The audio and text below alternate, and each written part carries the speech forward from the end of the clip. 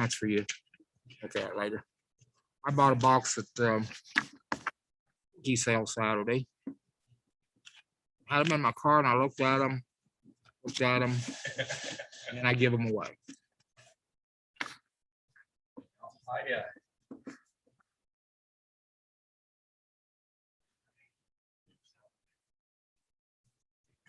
The cookie walk do? They do well? They've ever had. Well, that's great. The biggest parade they've ever had. Most attendance they've ever had. I've never seen some people downtown. Well, maybe some of these people downtown figure out there's other organizations besides one or two people.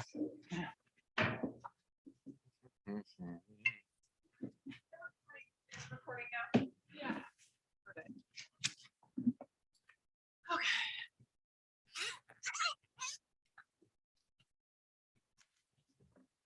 Lost interest in the meeting. I'm just interested in the cookie now. Isn't that an interesting but good cookie? It's oatmeal. It's got a little chocolate, got a little oatmeal. They would put the agenda aside. We just eat cookies. Yeah, I don't know. I'll do that one night. Just everybody bring in. Doug's already made the motion. I'm almost done with mine. All right. All right. Well, I suppose we'll go ahead and get into the agenda.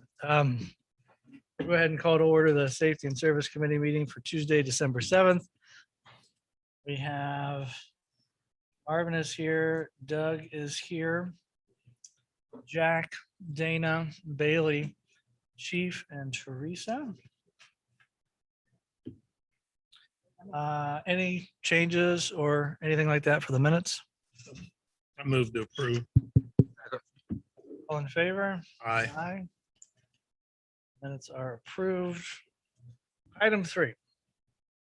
I know we had some openings here on the utility department side.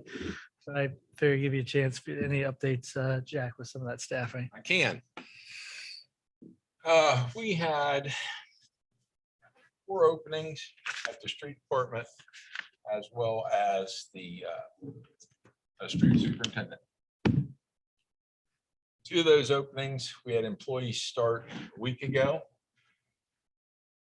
We have another employee starting on the 13th.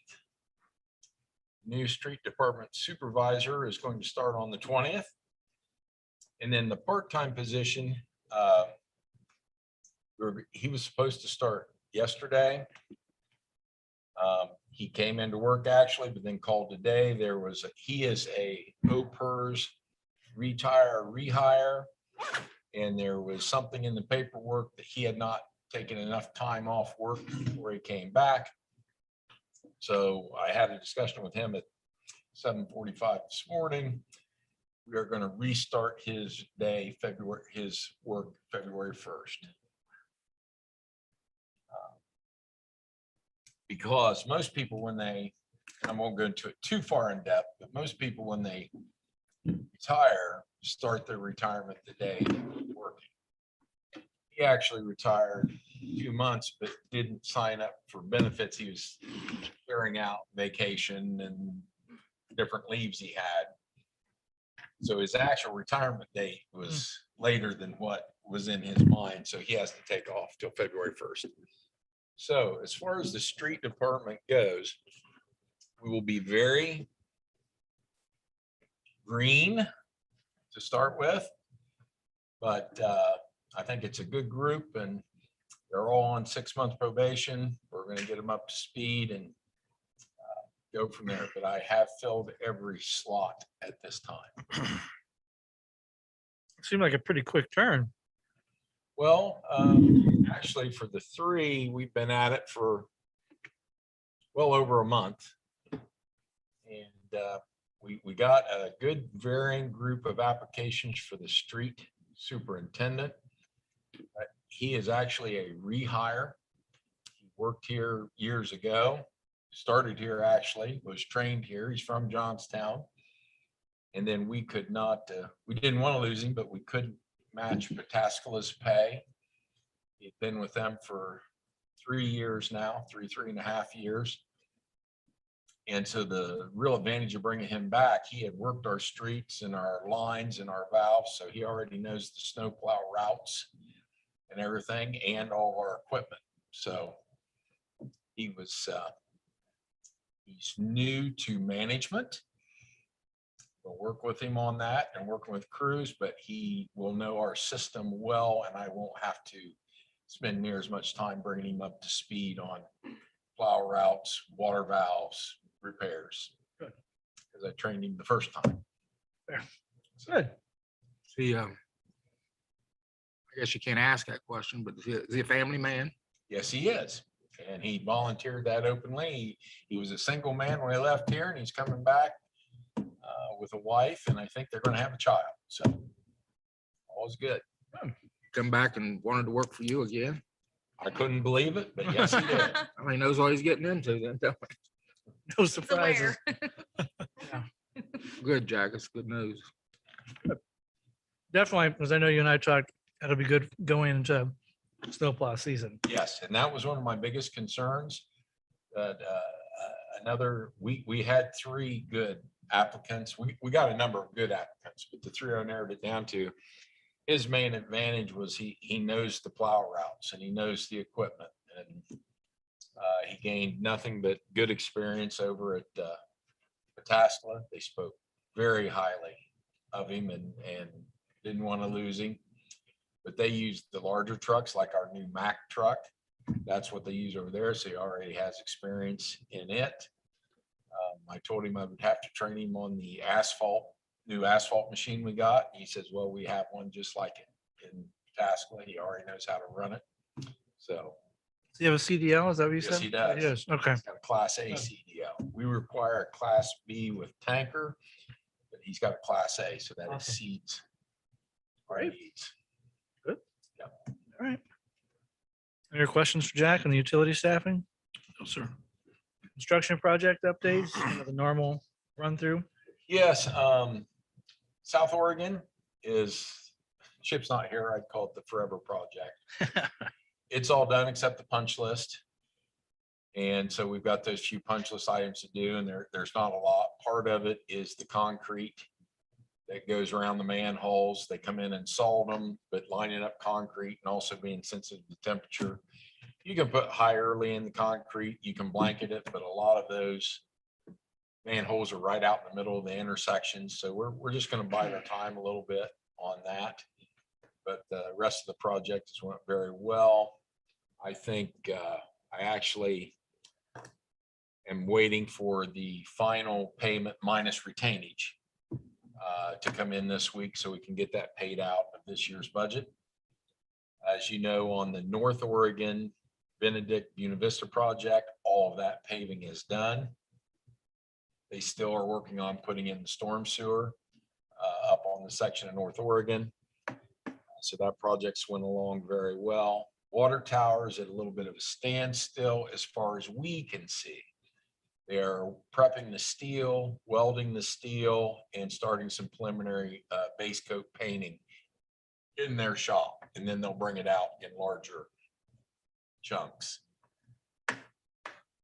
What else do we have going on? Stroke the water tower. Huh? He just, But I missed it. I'm sorry. Yeah, no, that's they're working on the steel for the bowl as we speak, prepping and painting inside a building because it's temperature controlled.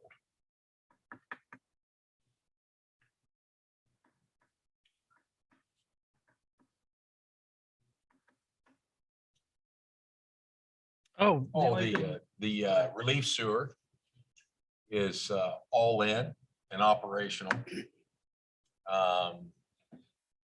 I think that minus retainage, that bill is coming in.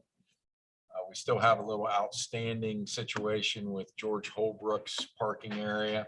The engineers in George are working that out. They got outside of the easement, UUI did, and damaged some of his parking lot. We are holding enough retainage just in case they don't come to terms that we have some leverage with UUI to fix that. I think you've mentioned that already. Yeah.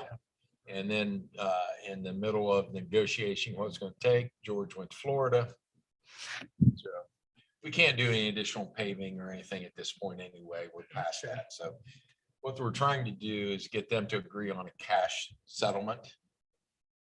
UUI will just pay him and then he'll have whoever come in and wants to pave it later. Okay. I think George is in Florida right now.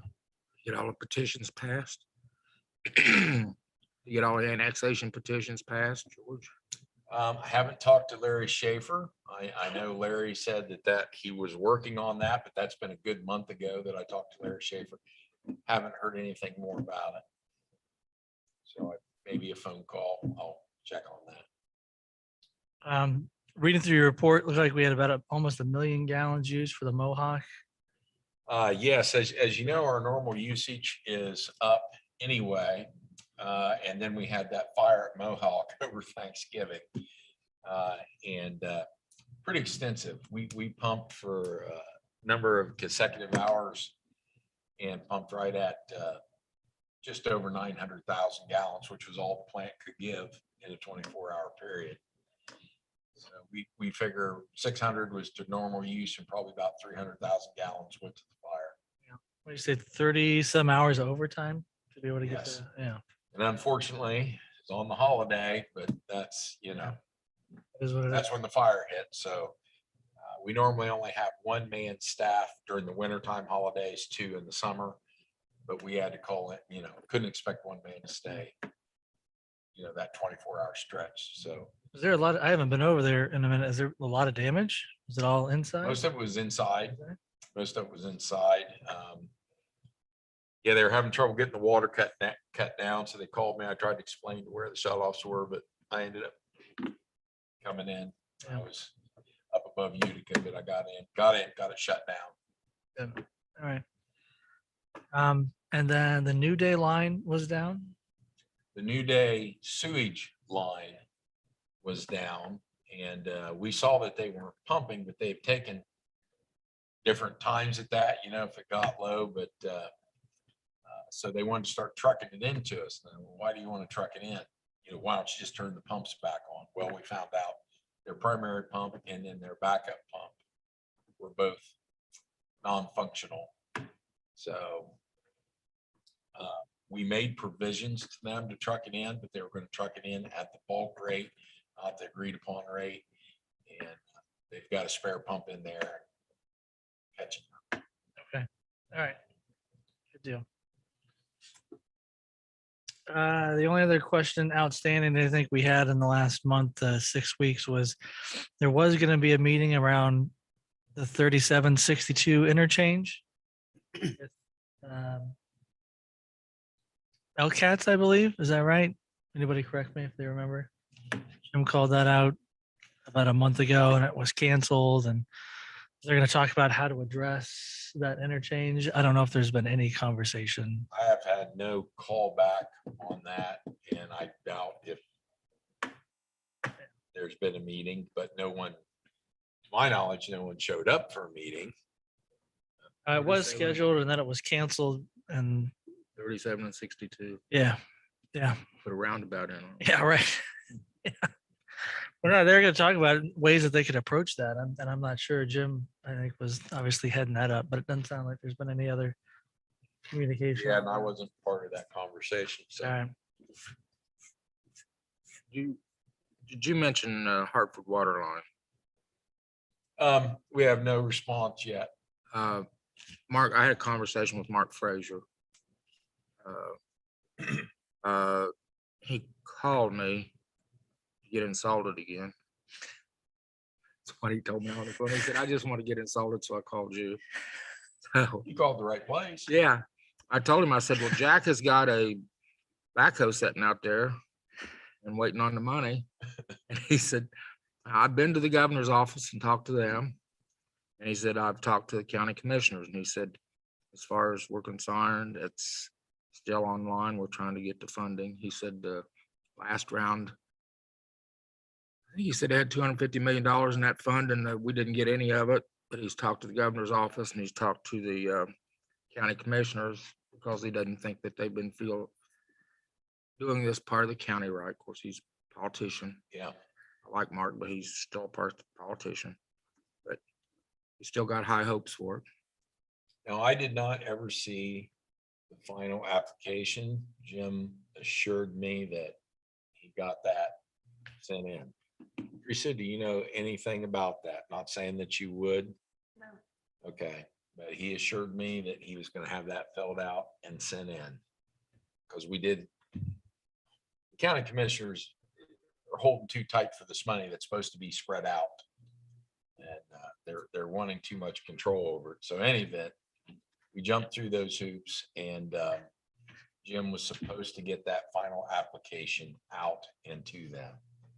And I don't have any belief that he did not. The application to the commissioners? Mhm. Okay. With the ARPA application. Yes. Okay.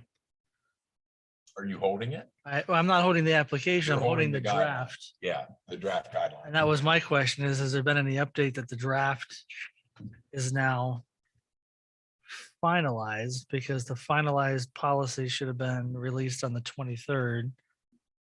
I hadn't seen anything, but I know the applications are due by the 4th. And then we were even talking about other considerations for applications for this rather than the Hartford water line, just based off of some of the proposed constraints in the draft plan itself. So, And the meeting I went to discuss the draft plan, it was the consensus there that the draft was going to be finalized with the dates as in place. And like I said, when I left that meeting, because Jim sent me to that meeting, he couldn't attend. And I got back with Jim and I said, Jim, do I need to take this application and get with an engineer and move forward with it? And he said, no, that you definitely would get it done and sent in. Didn't hear any more about it. And I do believe he was working on it to get it sent in.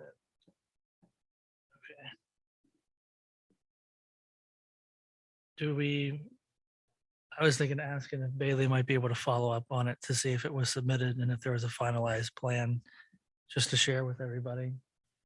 Would that be appropriate? Oh, I see no reason we can't follow up on it. Bailey? I realized that you walked out, sorry.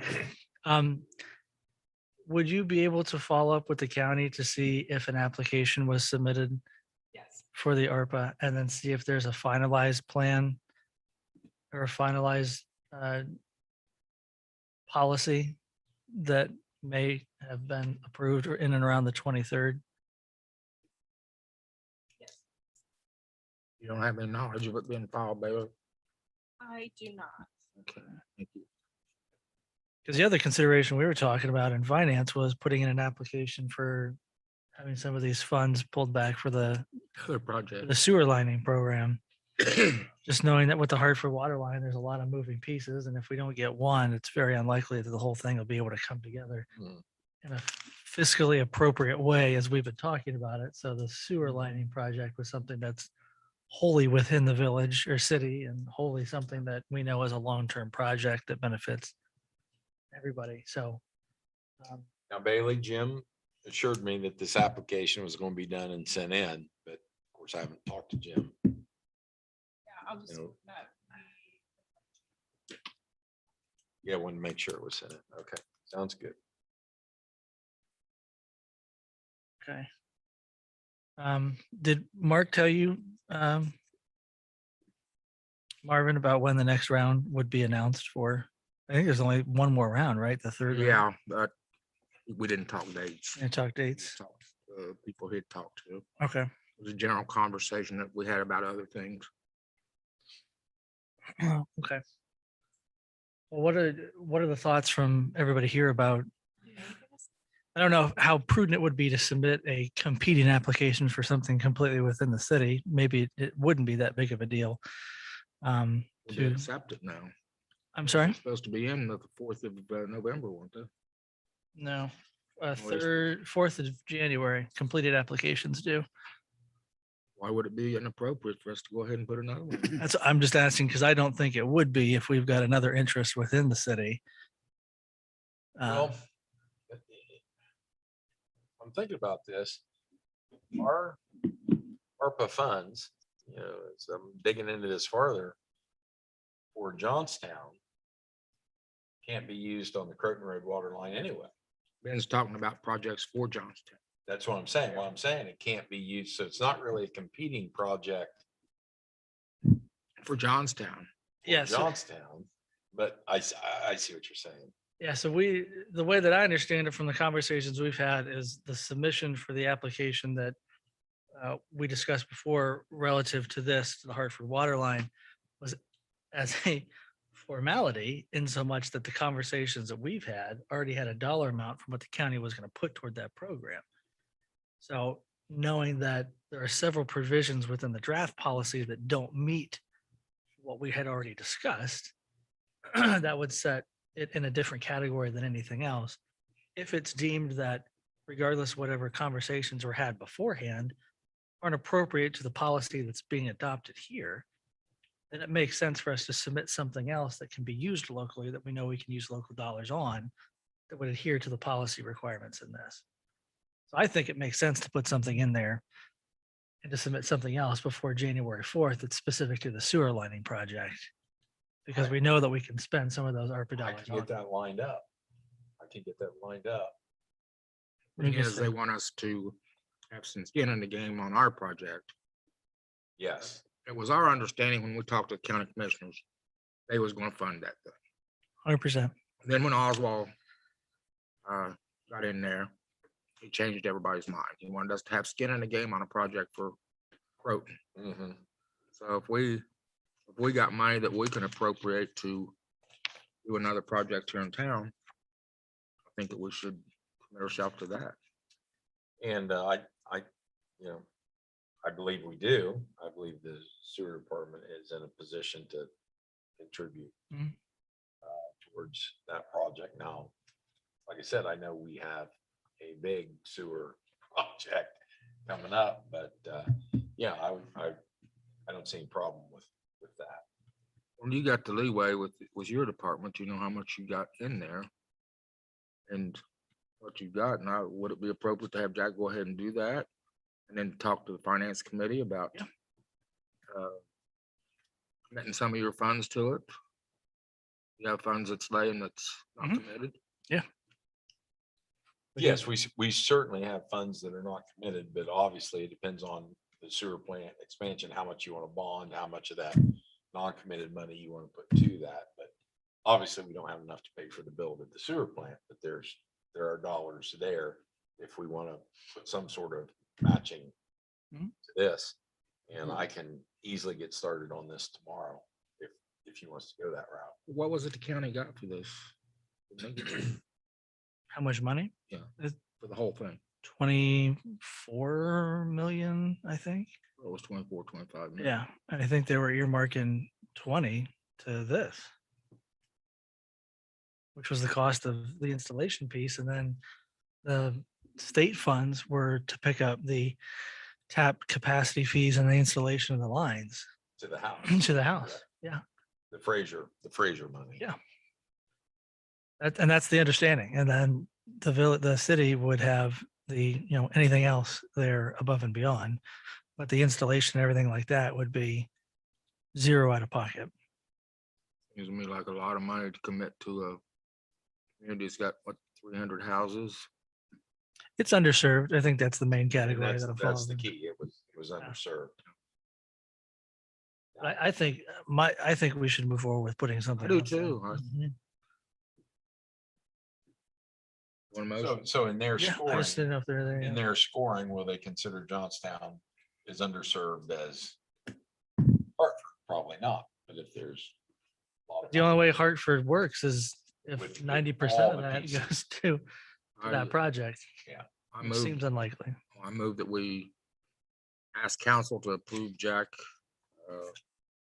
submitting this grant from the county commissioners and work with the finance committee on funding our share. I'll second. All in favor? Aye. All right, I'll call that at the council tonight, doing the review and bring it up and let everybody know. It's a good idea, but But I appreciate you guys taking the ownership of it. I think those are the main items. I have three quick items for other business, but I don't know if anybody else had any other business.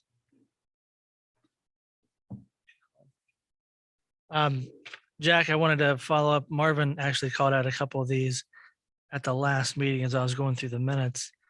And if this was a part of what you're talking about, Marvin, I apologize. There was a meeting that was being discussed with Jersey Township mhm. and things like that. Yeah, we went to that meeting. Was there anything to update on that am I forgetting We when that went to the update? one meeting. We haven't had any other meetings with them. And that one meeting that was supposed to be, county commissioners were supposed to be there, Jersey Township, and they called us and invited us.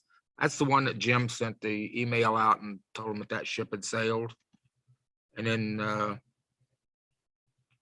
because we had been in meetings with them before, they reached out to me because I'd been over there before. They reached out to me about it. And we talked it over, and I think we brought it up to the last council meeting before Jack and I went over there. We wanted to inform council, but we just found out that day of the meeting. And we did attend the meeting, and it was informative. Mark Frazier was the moderator, and Jersey Township was there, and us and Southwest Licking, In Newark. and Newark was there. And they're trying to get everybody to collaborate and work together, which that'll probably take 40 to 50 years to get that all done. But the main thing is Mark wanted to, well, they just come out and said that they wanted to stop the advance of a Franklin County into Licking County. And our main force of that is they want to know if we would have interest to run water down Main Street to Jug. No farther. Down Main Street to Jug. And basically I said, there's not enough customers down there for us to pay for that infrastructure, which, he said, well, if we can get the infrastructure built, would you supply the water? I told him I thought we'd be open to that if they're paying for 100% of the line. But just for us to run it down there for residential service probably wouldn't pay for itself. Yeah. So kind of like Crouton. Mhm. But if they're willing to put the line in, we could probably supply the service. And of course, once the water is there, there'll be growth in the area, but probably residential. Is that growth pretty in much that where the section. Is that pretty much where the meeting was left? There wasn't really anything after that? Okay. And they was kind of frank about it. They don't think there's going to be a lot of growth east of Jersey down there as far as the commercial growth. That's going to happen between Beach and Bank Street.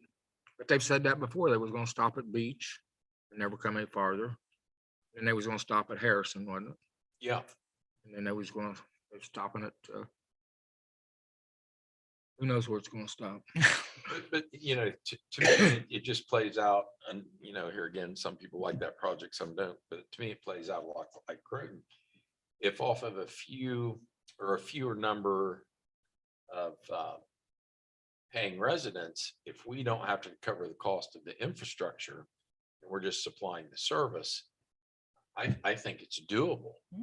And I think it'll grow. But if we have to foot the bill of the infrastructure, there's not enough end user there for us. But it will allow us to control that section coming in Johnstown down Mink.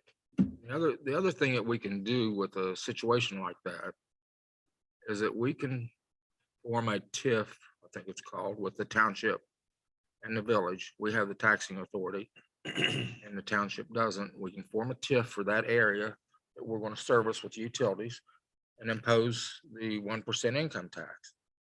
And I've said for a long time that I thought these clumps of housing was the way to go. And say they've got a farm out there that the farmer wants to sell.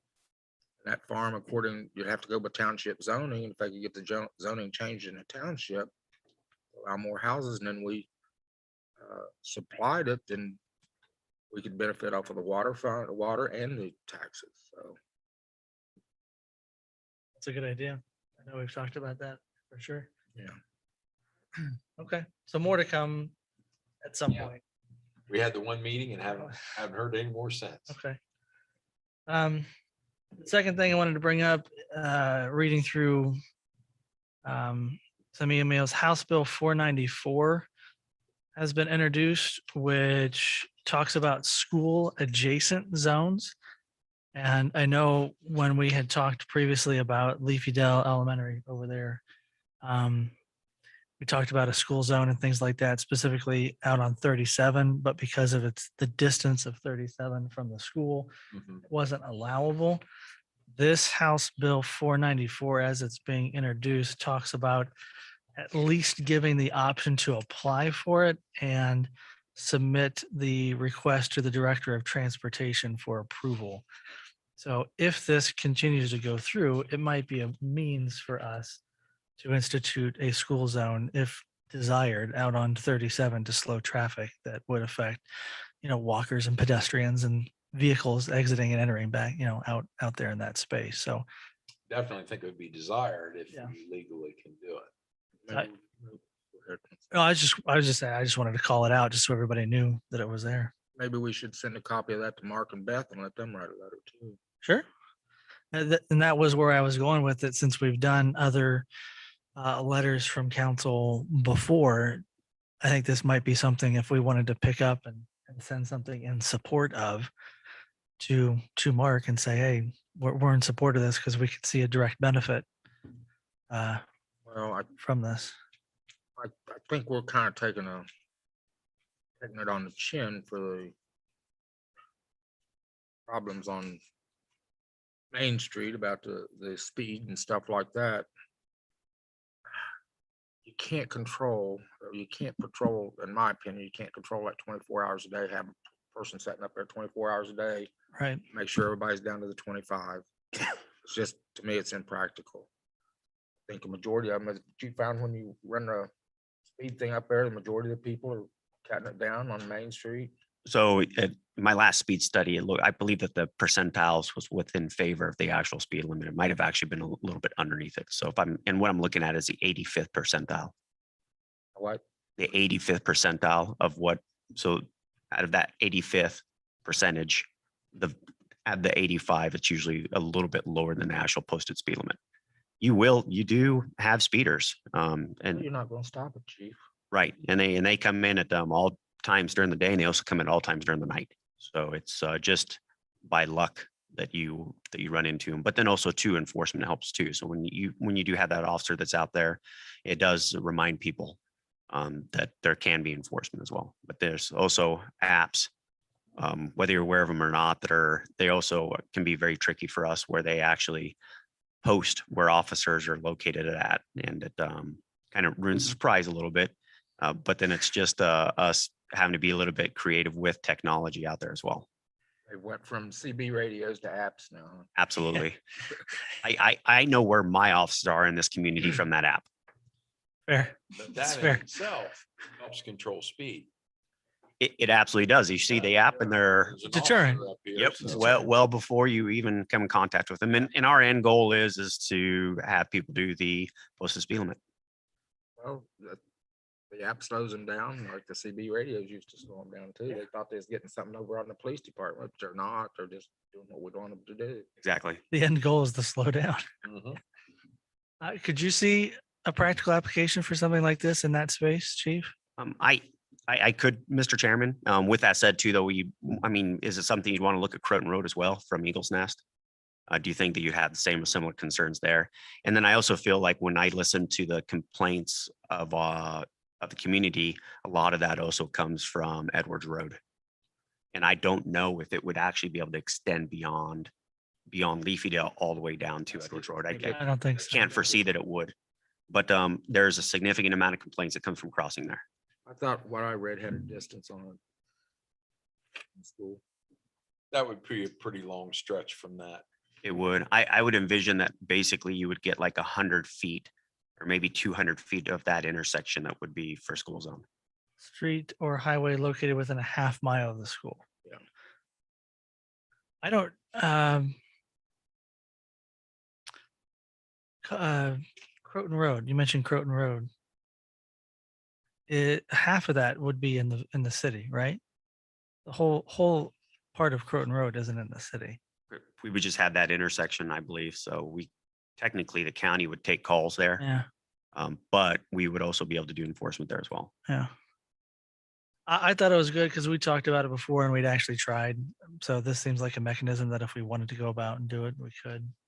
And I agree. You talk about from the school standpoint, if the school wanted to write something in support of it as well, that would hold some weight. What do you guys think? Bring this up to council and see if there's support to, I think so. I think so. because I think it would help.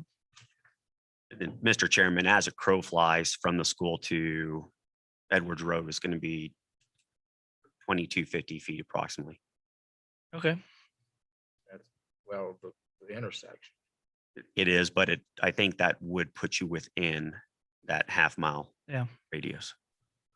Okay. I just know too, there've been a lot of accidents over there. Just understood people, because it's just when people are coming out of town, coming into town and people trying to pull out there, at least, but Yes, sir. okay. I'll bring this up tonight during the, well, and the last thing that Marvin had called out at the last meeting too, and if I'm stepping on your toes, let me know, but I just wanted to follow up from the council conversation. The Pulte permits we talked about, I think we voted 7-0 to cut them off on November 30th if we didn't have a performance bond or if we didn't have engineering for that. But there's been some new developments in that the Yeah, assistant manager found out. that's what I wanted to ask about. Yeah, okay, what happened there was it was reported once that ODOT had completed their study of the road and how they were gonna repair it, that plan was sent forward to Pulte. So I asked Bailey to send them, a email saying, hey, you were supposed to have this done by the 30th, go forward. You've had this plan for 30 days. Well, as it turns out, the plan was never forwarded to Pulte. So I got a hold of Jim to say, hey, when you sent that to them, do you have a copy of that email or didn't get sent? So our agreement with Pulte was they would start as soon as we sent them the plan. So finding out that it was not sent, we immediately sent them a set of those plans, put them on another 30-day clock. But I didn't feel we could hold fast when we didn't do our part of For sure. the bargain. So they have already sent a very preliminary cost estimate of the work in the Bigelow 62 intersection. I don't believe it meets all of our codes and recommendations. And so I asked Bailey, have you been able to find out the decorative mast arms and things like that? I haven't. I have a call in with Prime, and so the contact that I use at Prime doesn't have it, but that doesn't mean that Prime doesn't have it. And we may, the last time we dealt with these mast arms was with Wes Hall of CT. Okay. We can't find that design, but we know we want to stay with the decorative design as we have all down the street. I think what they have priced, looking at the numbers, is 2 poles and a wire and a light, which we're not going to accept. However, we need to send them what our regulations are. Trying to find it in our paperwork. We haven't found it yet. So if we have no success with Prime, because I don't think they had worked on it, we can go back to CT and get that decorative mast arms and those items. I sent an email to CT this afternoon, so hopefully tomorrow or Thursday. Okay, thank you. And so we're trying to get the proper specification specified and then get that back to them. We've also asked them not just for a cost estimate, but a construction set of plans also that then Prime will have to review or content. So they have moved fairly quickly since we told them now. They got that first draw set of numbers. I don't believe it's what we're going to accept, but they are working on it. And we could not hold them accountable because they did not get set a plan. So I've reset the clock and they are responding. Jack, to Jack's credit, when he found that out, because I brought it up at the meeting, Jack called me and gave me a heads up on it. And what his decision was on it, which I fully agreed with Jack. It wasn't fair to Pulte to expect them to adhere to what council had said in the light of the other things that had happened. And Jack made the right call on it, and I agreed with him. Okay, well, no, I agree too. I think that absolutely it doesn't make sense otherwise. So I think that's You gotta the be fair. fair to way. developers. Yeah, that's the fair way to go about Yeah. it. Jack made a good call on that. When was the new clock started? Oh, what was the date of the email? 2 weeks ago, I think. Yeah, 2 weeks ago. And like I said, we already have received an initial response. But that was the easy response, they're putting Sure. their numbers. I have to have design plans. However, as I said, we need to send them the items that we're going to require. Yeah. Then they got to figure that into the cost. So, Might not happen in 30 days, but it's yeah, but They're moving. on a moving time. but they're working. Yeah. And they did start, I think for them to come up with an initial cost estimate, even though I don't believe it's where we're going to be, within a 10-day period, I thought that was pretty fair response. Sure. Can you quickly. share that cost estimate? Hmm? You share that cost estimate? What- I don't have it with me. Do you have it on your computer? mhm. They might decide to go in and negotiate with the shopping center once. Well, I wish they would, because in my opinion, I think that's the best route and eliminates a light. And I don't like those two lights that close together, Would be, particularly on that hillside. However, they are not obligated to negotiate with. they're not obligated, but I think we can make the suggestion. For sure. Oh, and we did. Okay. We did.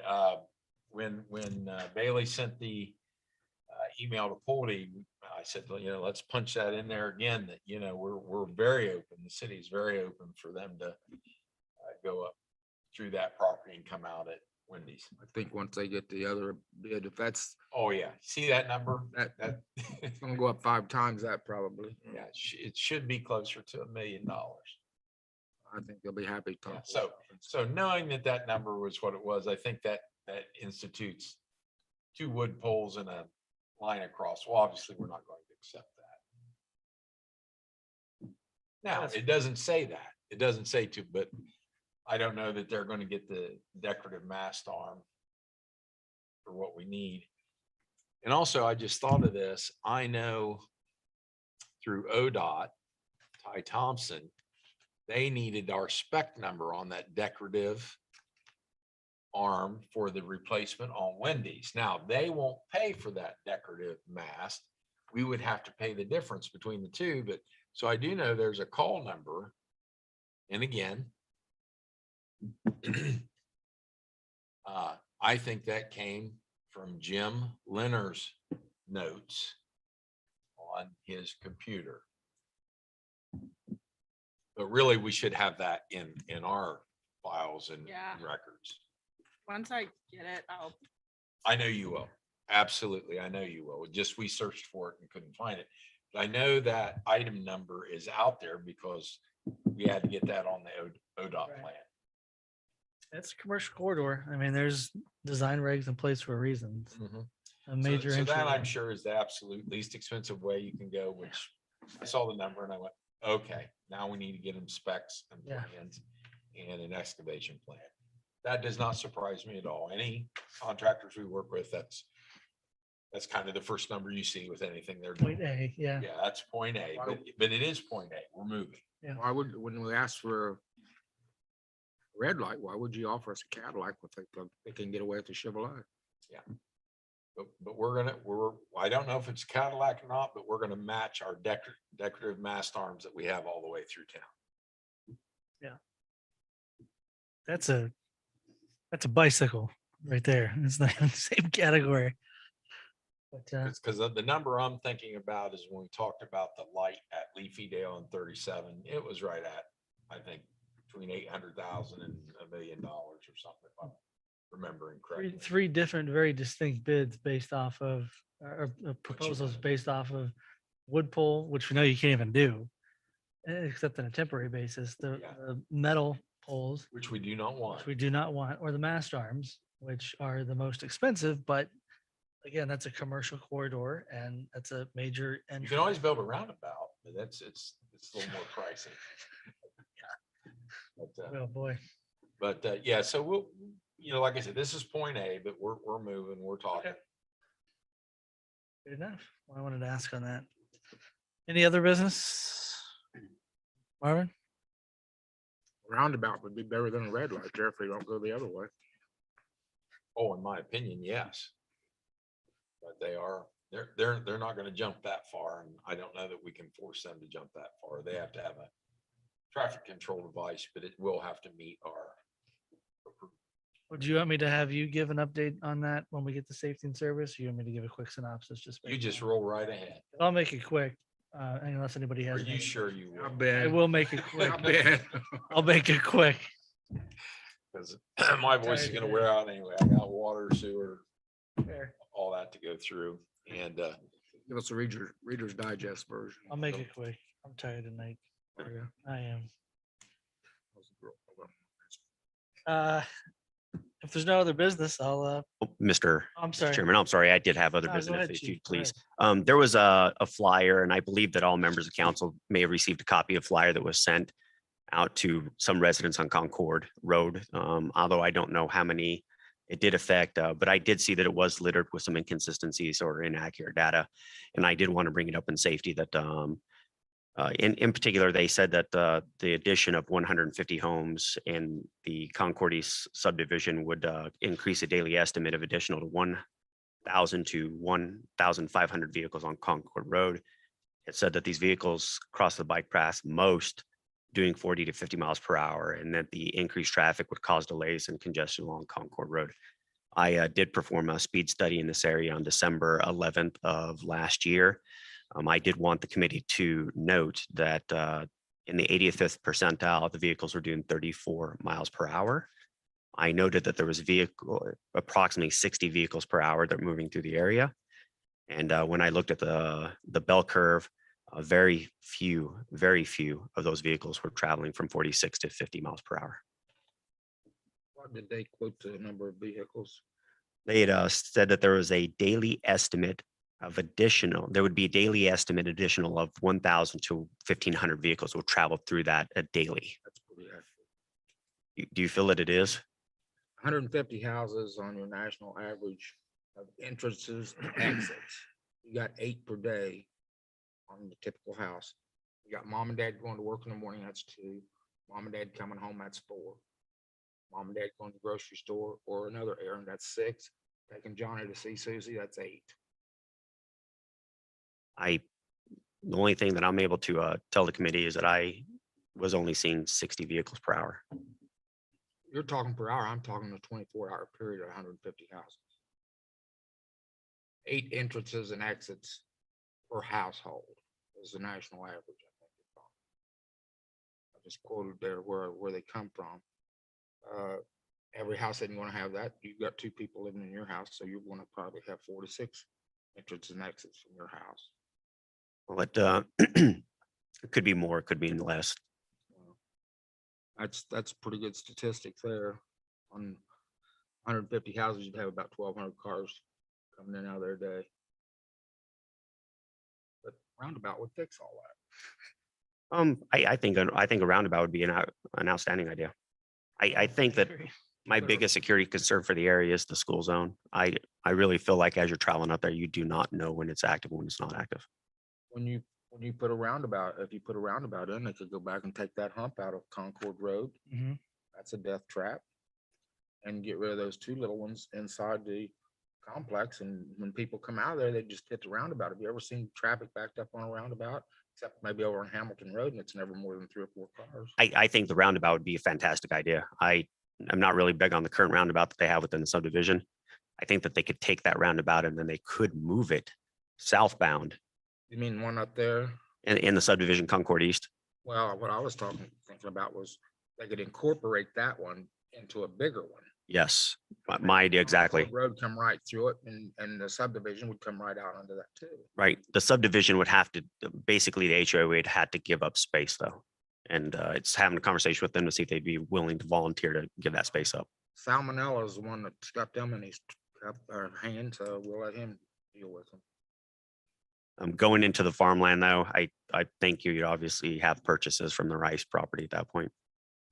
Well, him, Salmonella and Jonathan Wilcox are big buddies. They'll get along.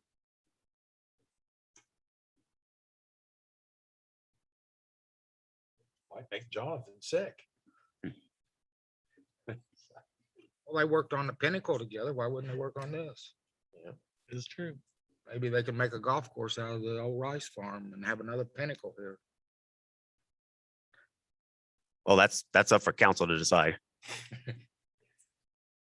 Thank you for the update, Chief. I appreciate You're it. welcome, Mr. Chairman. Thank you, committee. Any other business? We got 40 minutes to heat some more cookies. I have more. I'll make a motion to adjourn.